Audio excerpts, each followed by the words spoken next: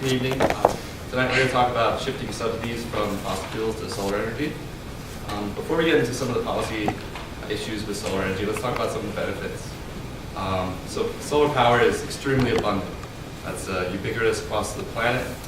And if you look at the diagram on the right, in the bottom right corner is the global annual energy consumption, that little box there.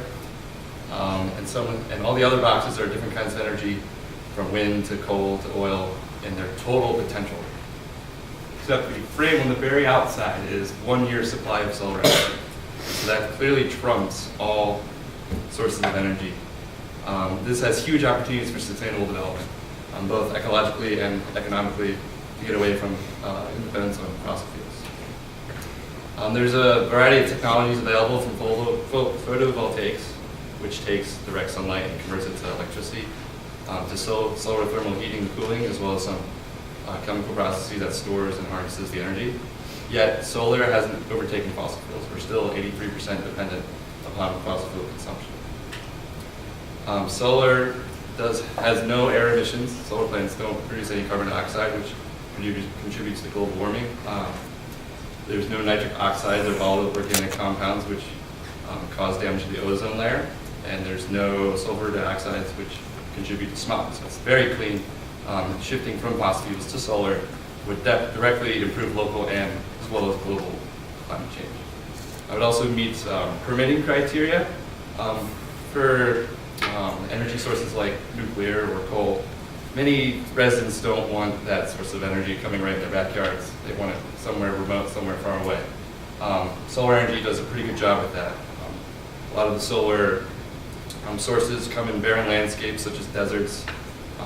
For example, the Southwest United States holds a huge potential for harnessing solar energy and occupying this low-value landscape and turning it into an economically viable place. Solar also has short development and construction times of 1 to 2 years. Additionally, solar has a rising social growth. The consistent increase in preference for renewable energy among consumers, as well as this kind of community engagement where solar is becoming more and more contagious. Societal norms and values are beginning more and more to adopt alternative energies, and there's this kind of cultural shift that's happening, but we're still waiting for infrastructure change. So I'm going to talk about community solar as a way to increase participation in solar and to increase its implementation across the country. So one of the huge limitations of solar is that if you're a homeowner, it costs a lot of money to install photovoltaic panels. Community solar initiatives reduce this cost because you're pooling together with a lot of people, and it also reduces the time that you get in return on your investment. It also helps expand participation because 90% of Americans support solar energy, but only about a quarter have the correct shading or roof orientation to actually install the panels. In one case in University Park, Maryland, about 30 homeowners banded together. They couldn't install it on their own homes, so they installed a 23 kilowatt system on a local church, and they earned back their investment in about 5 years due to both selling the electricity to the church and receiving solar renewable energy credits from the government in Maryland.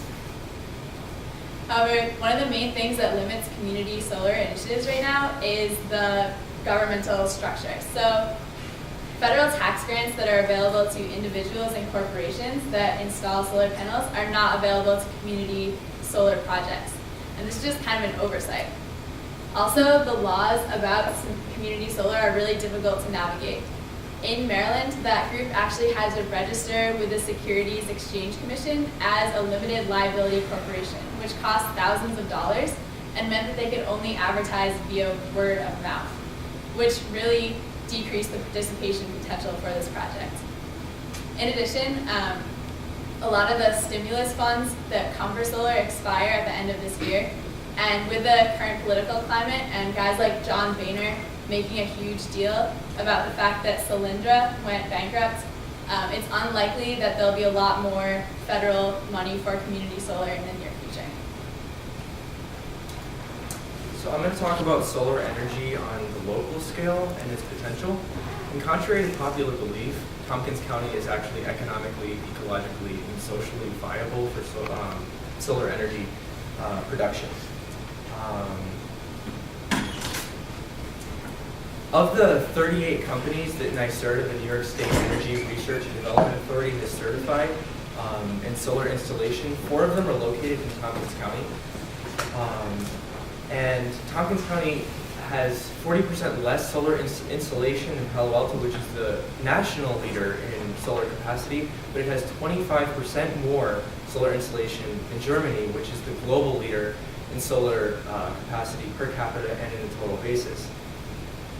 And based on the film Empowered by Cornell graduate Shira Golding, she interviews a couple dozen Tompkins County residents, and they illustrate for the viewer how they make so much extra energy during the sunny summer months that it more than covers their energy needs in the winter, and oftentimes ends up paying out at the end of the year. And economically, Tompkins County finds itself in a particularly advantageous position because Tompkins County residents have at their disposal a collection of federal, state, and local rebates and tax incentives.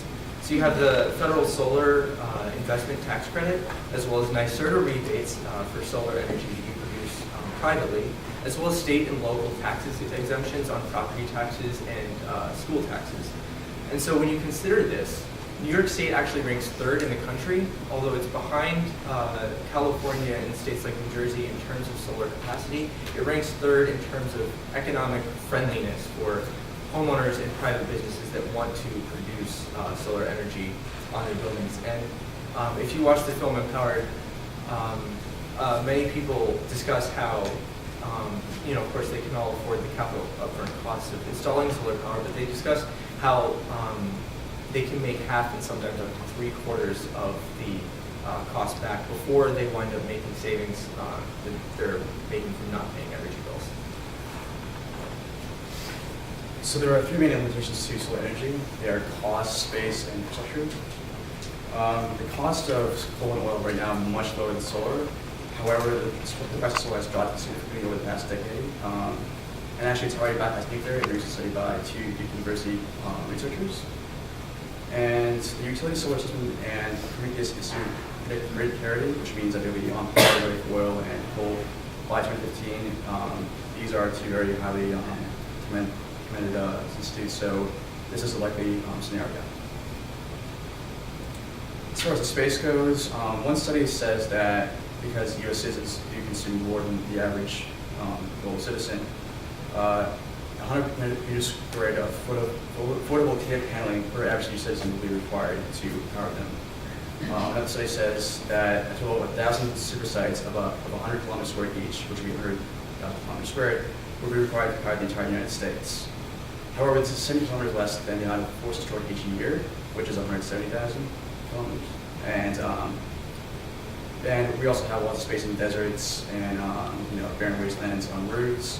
We can always find new installations, and so there are spaces as well.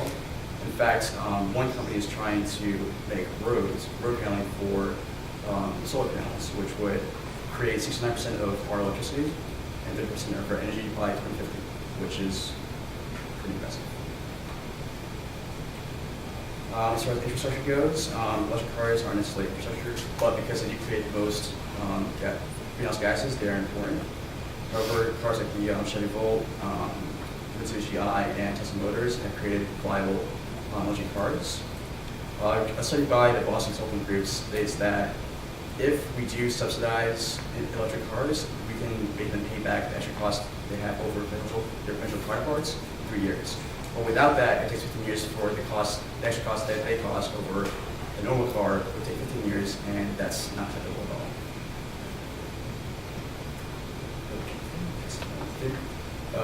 Scientific American did a report on a solar plan that would fully implement a switch over to solar energy. It would cost $420 billion and take over 40 years, but that would provide 70% electricity for the nation and 5% of the energy, which would be huge. As far as jobs go, they grow at about 30% a year, which is pretty impressive. They're in R&D, business management, and installation. So there are plenty of jobs available. Those who are just like coal and oil losing their jobs don't really have to worry about that. Cool. I'm going to talk about the future of solar. So the main 3 points I want to talk, or the main 2 points I want to talk about is subsidies and research and development. Industrialization is just getting the industry to develop the cheapest solar panels they can. So subsidies. The first question you got to ask is why are we going to subsidize? And that's because it is a growing technology.